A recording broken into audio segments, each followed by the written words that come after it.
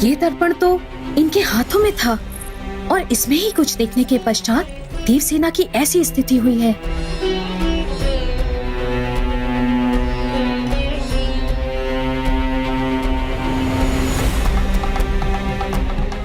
परंतु मैं इसमें अभी समय व्यर्थ नहीं कर सकती। सर्वप्रथम मुझे इनकी देखभाल करनी है।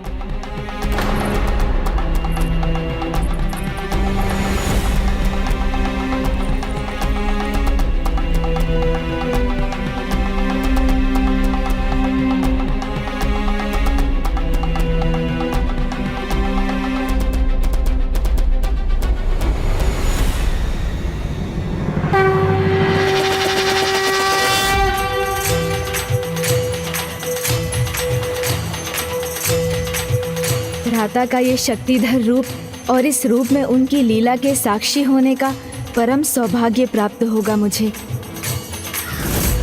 सुरासई को हमारे आगमन की सूचना मिल गई तो वो हमें रोकने से पहले दोनों को अवश्य ताड़ना देगी। किंतु अभी तो हम भी कुछ नहीं कर सकते। जब तक कल का युद्ध आरंभ न हो और सभी का ध्यान न भटक जाए तब तक तो हम भी नहीं लौट सकते। क्या लगा था तुम्हें कि कोई महेंद्रपुरी में घुसकर तुम दोनों को यहाँ से ले जाने में सफल हो जाएगा?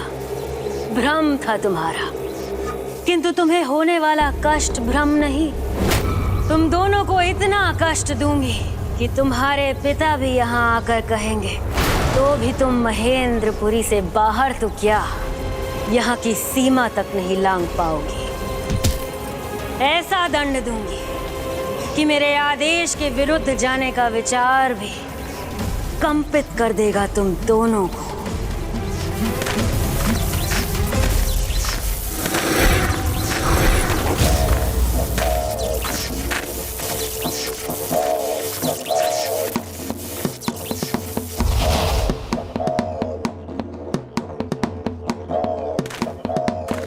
तुम दोनों बार बार मुझे क्यों विवश कर रही हो? क्यों करती हो ऐसा मेरे साथ? अब मैं कैसे समझाऊं तुम दोनों को? नहीं नहीं, अब घुटनों पर जाकर मुझसे क्षमा मांगने का क्या लाभ है? बार बार तुम भूल करो और हर बार मैं तुम्हें क्षमा करती रहूं। ऐसा कब तक होता रहेगा?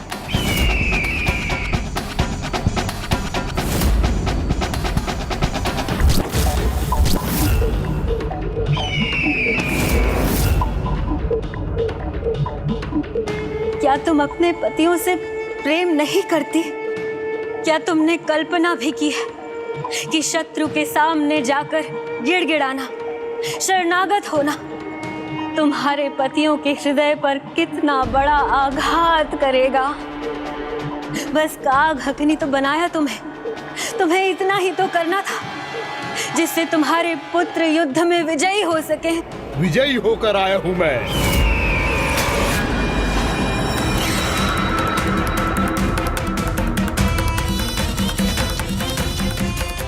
पुत्र, अति आनंदित हूँ मैं जो तुम लौट आए। हाँ दादी माँ, विजयी होकर अब तो बस बालक कार्तिकेय और उसका गजमुख भ्राता ही शेष है। गर्व से केवल मेरा मस्तक ही ऊंचा नहीं हुआ है पौत्र, तुम्हारी आज की विजय ने सभी असुरों का मस्तक ऊंचा कर दिया है। मैं अति प्रसन्न हूँ।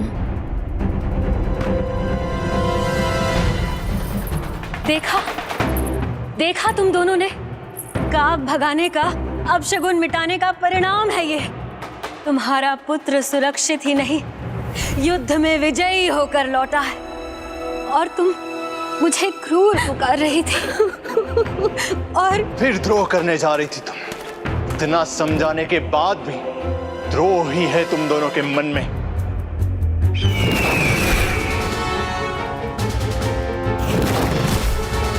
नहीं, क्रोध मत करो पुत्र। अपने पुत्र और पुत्र वधुओं के बीच में मन मुटाव कौन सीमा चाहेगी?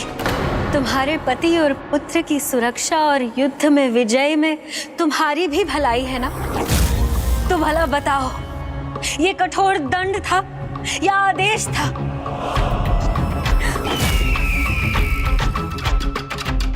ऐसा दंड दूंगी कि मेरे आदेश के विरुद्ध जाने का विचार भी कंपित कर देगा तुम दोनों को।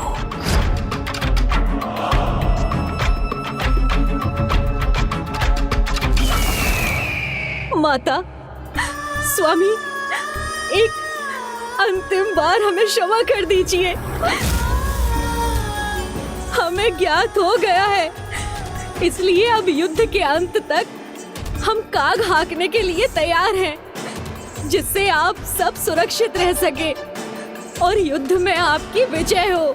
विजय तो हमारी होगी ही, क्योंकि कल उन दोनों का अंत करूंगा मैं, जिन्हें भगवान होने का भ्रम है।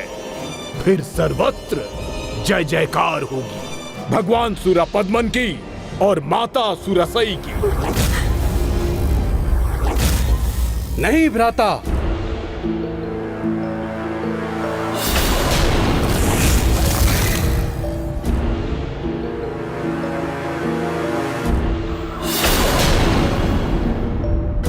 कल युद्ध में आप नहीं, आपका अनुज अर्थात अग्निमुखम जाएगा, जो शत्रु पर उनके ही भीतर की अग्नि अर्थात उसकी स्वाग्नि से वार करता है।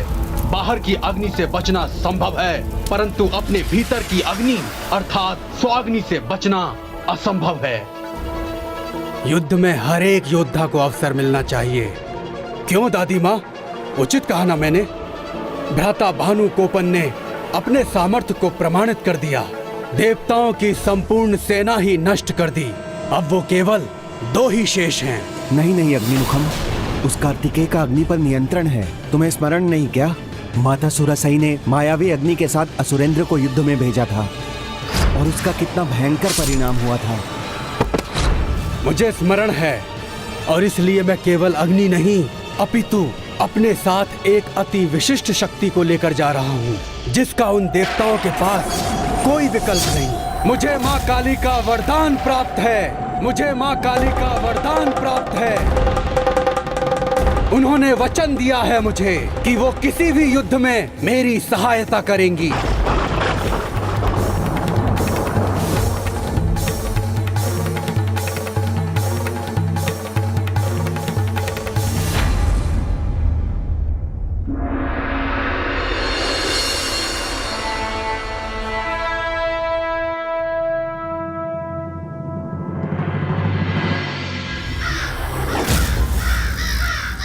कल भानुकोपन महामाया अस्त्र के साथ आया और अकेले ही हमारी सेना को क्षति पहुंचाई, किंतु आज वो चाहे किसी भी माया के साथ क्यों ना आ जाए, उसके साथ उसका भी अंत निश्चित है।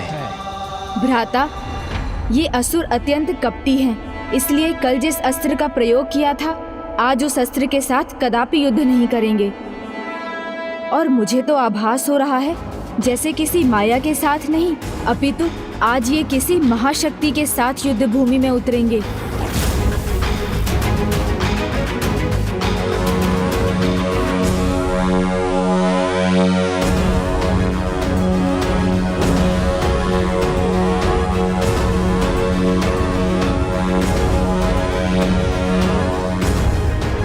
भानुकोपन तो वही है, महेंद्रपुरी में। फिर आज उनकी ओर से युद्ध कौन करेगा?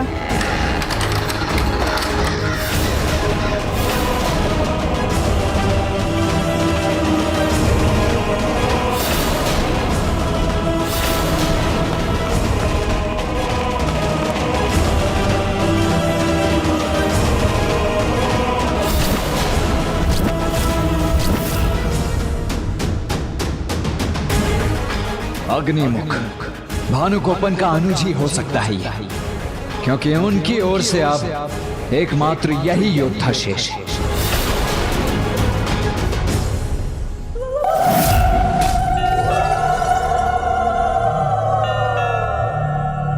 माता महाकाली, उनकी आकृति इस असुर के साथ, तो क्या इसे माता का आशीर्वाद प्राप्त है? किंतु क्यों? अग्नि का स्वामी, असुर सम्राट, भगवान सूरपद्मन का सुपुत्र अग्निमुखम हूँ मैं। आज तुम्हारा सामना उस अग्निमुखम से होगा, वो तुम्हें वहीं पहुंचाएगा जहां कल तुम्हारी सेना को भैया भानुकोपन ने पहुंचाया था, तुम्हारे काल के पास।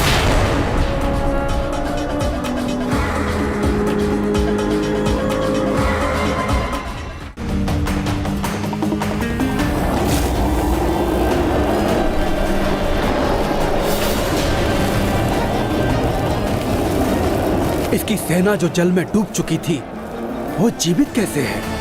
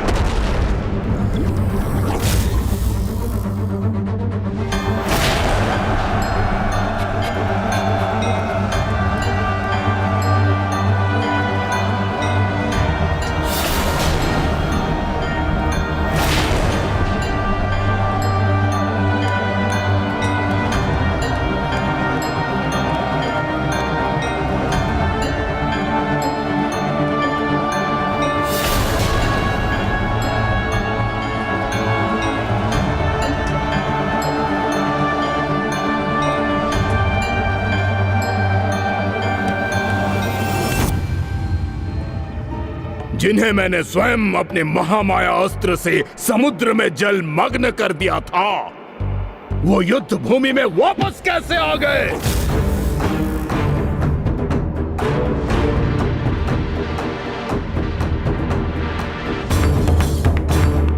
कैसे पुनर्जीवित हो गए ये? कैसे किया इस बालक ने ये संभव?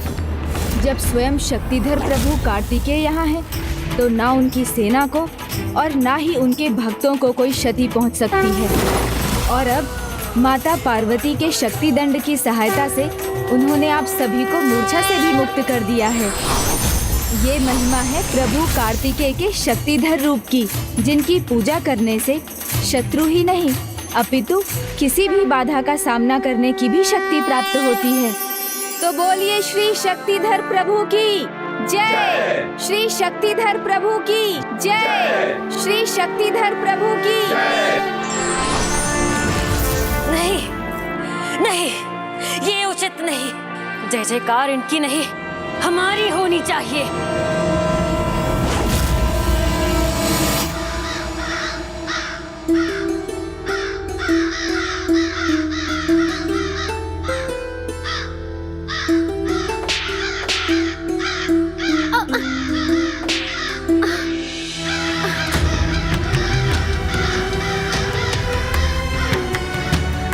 पुत्रियों, इतना अपमान, इतना कष्ट कब तक सहोगी तुम दोनों? चलो, हमारे साथ चलो। नहीं नहीं माता, अब हम कहीं नहीं जाएंगे। ये काग, इन्हें उड़ा देंगे हम, आप निश्चित रहिए।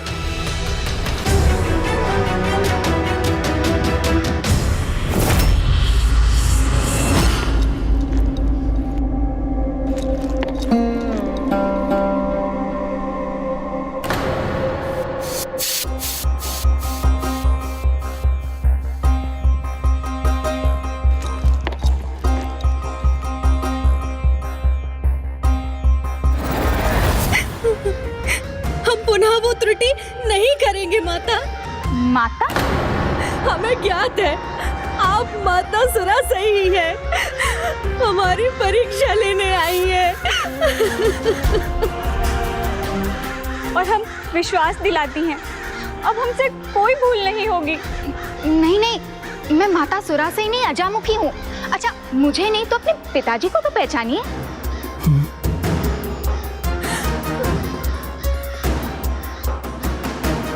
माता, हम आपकी माया को भली भांति पहचान गई हैं, इसलिए अब हम किसी भ्रम में नहीं आएंगी।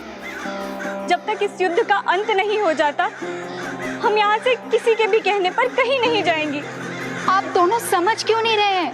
माता सुरा से यहाँ नहीं, वहाँ है।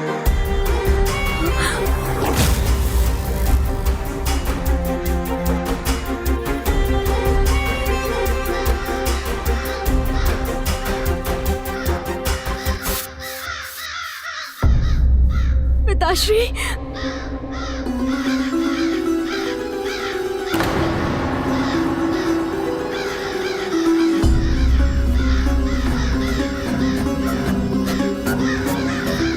क्या हुआ पुत्री? तुम्हारे पांव आगे बढ़कर रुक क्यों गए? क्या तुम्हें अपने पिता पर विश्वास नहीं? माया है ये, आपका ही कोई नवीन छल है ये। हम मान गए हैं। ना तो आप हमें यहाँ से कहीं जाने देंगी और ना ही हम कहीं जाएंगे।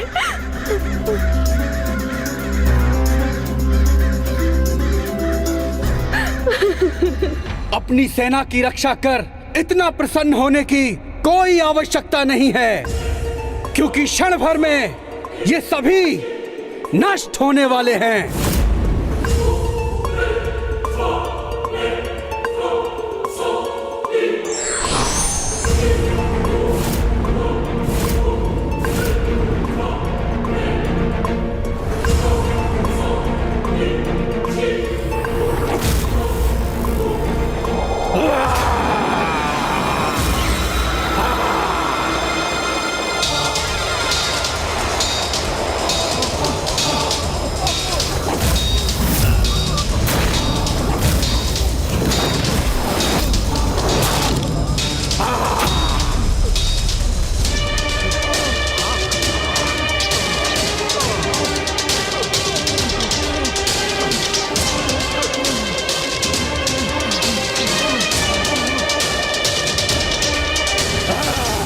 ऐसा प्रतीत हो रहा है जैसे इसने भीतर से ही सभी देव सैनिकों में अग्नि जला दी हो।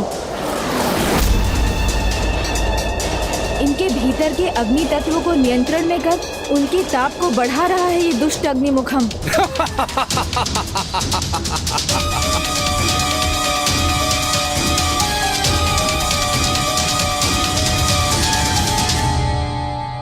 तुम्हें जल तत्व प्रदान करता हूं जो किसी भी प्रकार की अग्नि का बैरी होगा।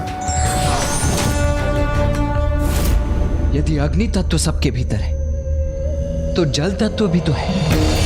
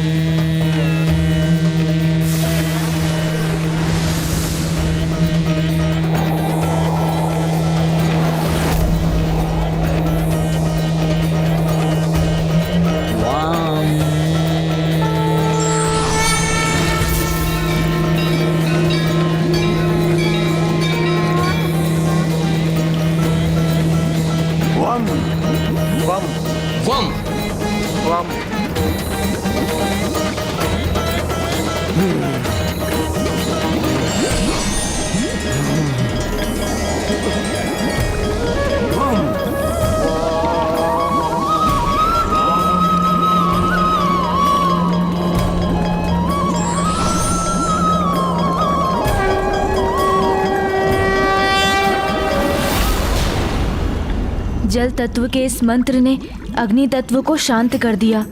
हमारी सेना अभी भी सुरक्षित है।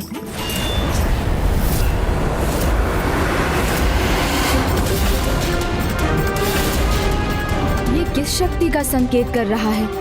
मुझे इसके निकट माता महाकाली का आभास हुआ था। ओम चामुंडाय नमः। ओम चामुंडाय नमः। ओम चामुंडाय नमः।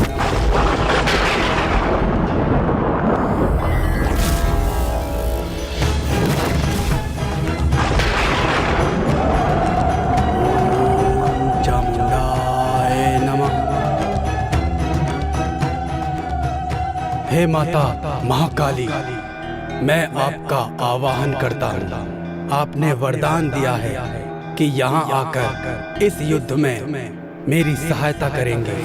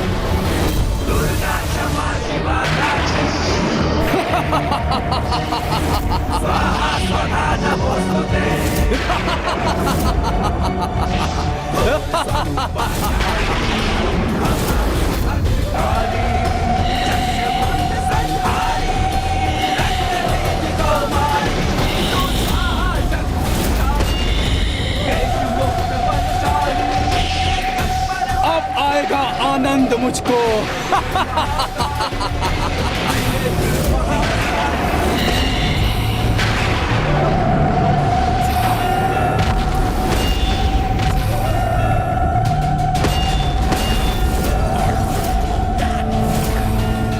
माता महाकाली का तो विरोध भी असंभव है। अब संहार होगा इन देवताओं का।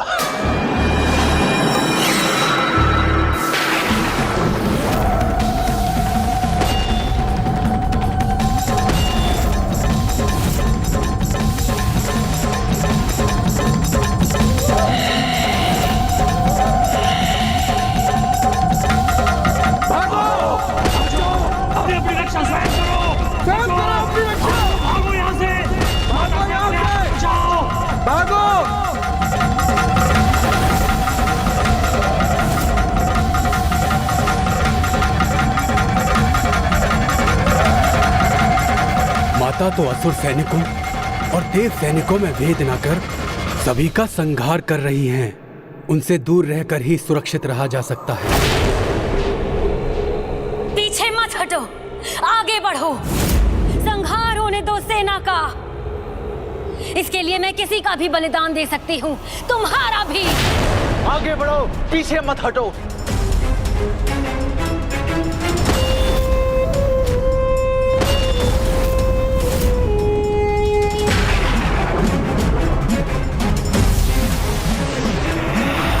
अपने निर्दोष सैनिकों को इस प्रकार आहत होते देख मुझे अपार पीड़ा हो रही है, किंतु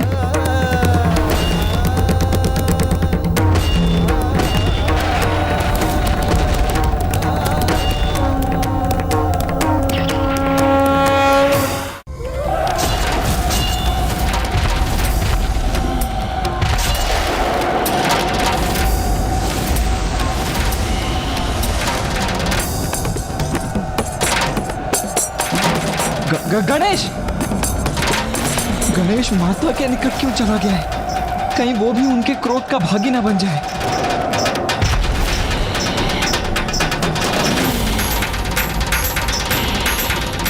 प्रणाम माता।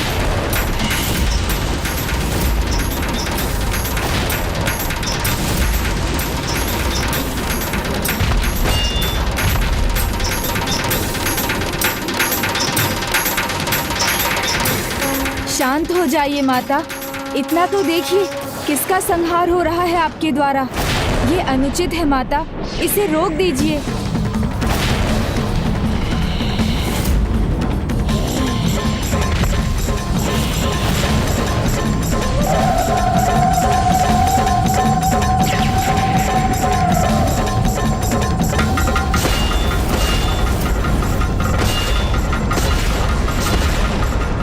महाकाली के खड़ग से तो प्रभु नहीं बचा सके।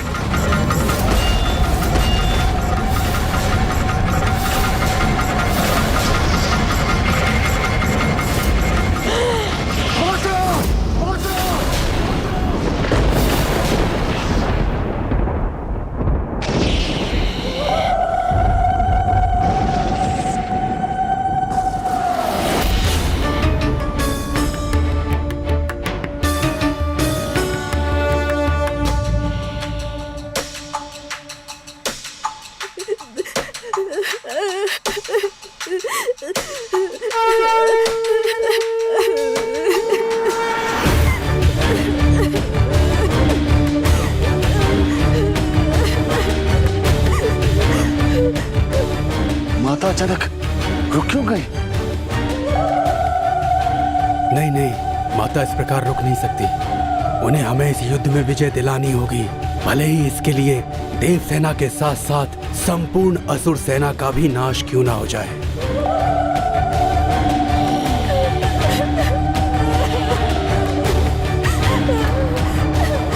ये रुदन विचलित कर रहा है मुझे।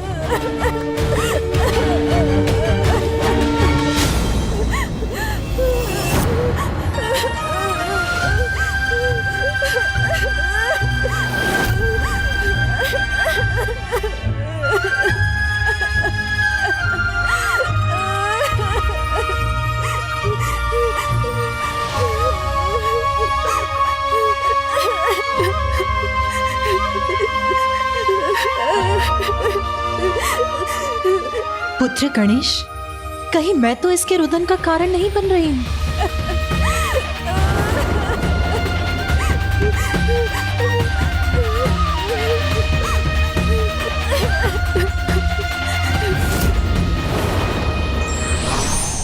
माँ का आशीर्वाद वो रक्षा कवच है जो किसी भी विषम परिस्थिति में संतान की रक्षा के लिए पर्याप्त होता है।